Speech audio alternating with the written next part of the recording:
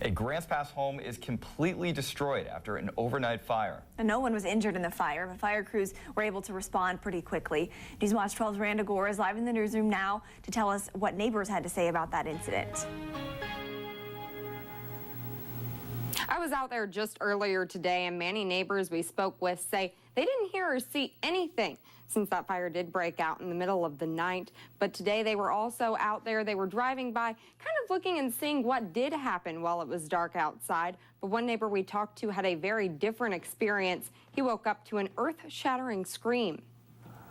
Well, I heard the neighbor yelling, "Call 911, help, help, help." Next door neighbor Brian Sheets jumped out of bed, dialed 911, and ran outside. He saw his neighbor trying to save what belongings she could. And once she opened up the door over there, the flames shot out and windows were breaking and we started hearing explosions. The fire grew quickly, but fire crews responded and were able to put that fire out in a matter of minutes. In a news release, fire officials say when they arrived on scene at approximately 1:30 a.m., heavy fire and smoke were showing from both doors. At this time, it's unclear how that fire started, but the two-story duplex on the corner of Northwest A Street and McKinley is a complete loss. For a moment, surrounding neighbors like Sheets thought the fire might jump to their duplexes nearby. We didn't know if we were going to lose our home or the neighbors or if Brian was going to lose his place because he's right next door. What had neighbors even more concerned was how hot the fire was. It was pretty close. You could actually feel the heat, and then the ground, the parking lot here was warm because my neighbor Betty was walking barefoot. She goes, "Oh my God, it's really warm right here."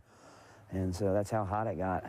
Sheets says one of the residents living in the burnt building was not home at the time. The next door neighbor was currently house sitting both places. Fire crews worked on cleaning up what they could once the fire was put out. No injuries were reported. That was not a way to wake up at 1:30 in the morning. You know, pretty terrifying, but I'm just glad everybody's okay.